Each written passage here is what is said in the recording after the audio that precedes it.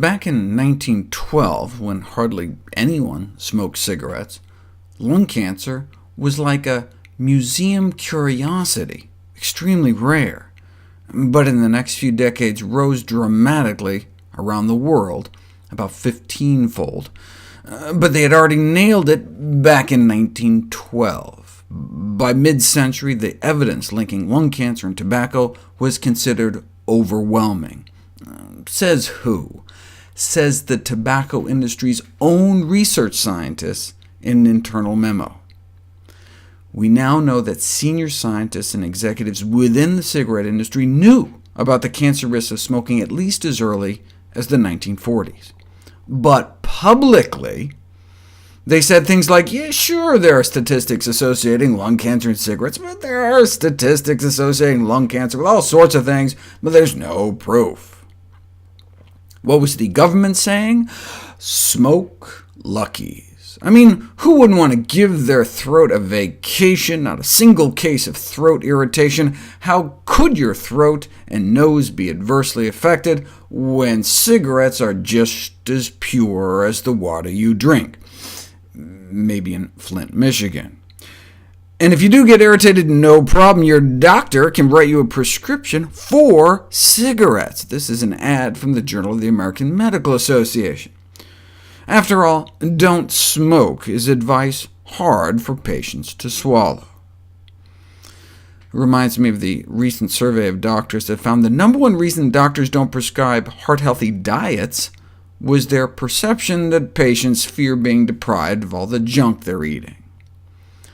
After all, Philip Morris reminded us, we want to keep our patients happy. To make a radical change in habit may do harm. You're a doctor. You don't want to harm your patients. Even bunnies prefer Philip Morris when you install smoke solutions in their eyes.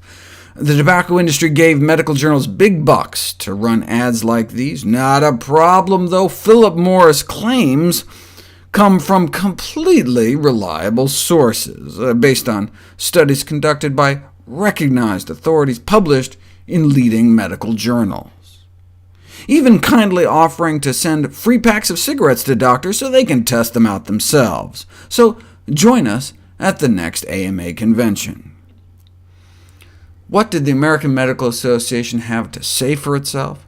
Like most other medical journals, they accepted tobacco ads. We have yet to see an autopsy with a single lesion that had a Marlboro label on it. No lung tumor has ever been found with a little tag attached saying, made in the tobacco fields of North Carolina. Case closed. In fact, even after the Surgeon General report came out, the American Medical Association, American Cancer Society, and Congress still dragged their feet. The government was still subsidizing tobacco like our tax dollars subsidize the sugar and meat industries today. The AMA actually went on record refusing to endorse the Surgeon General's report. Could it have been because they were just handed $10 million from the tobacco industry? Today, the money is coming from big food. The American Academy of Family Physicians has accepted large sums of money from Coca-Cola to fund patient education on obesity prevention.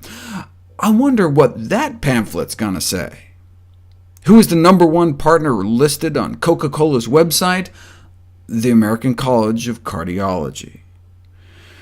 Just as it would have been hazardous to your health to take the medical profession's advice on your smoking habits in the 50s, it may be hazardous to your health today to take the medical profession's advice on your eating habits.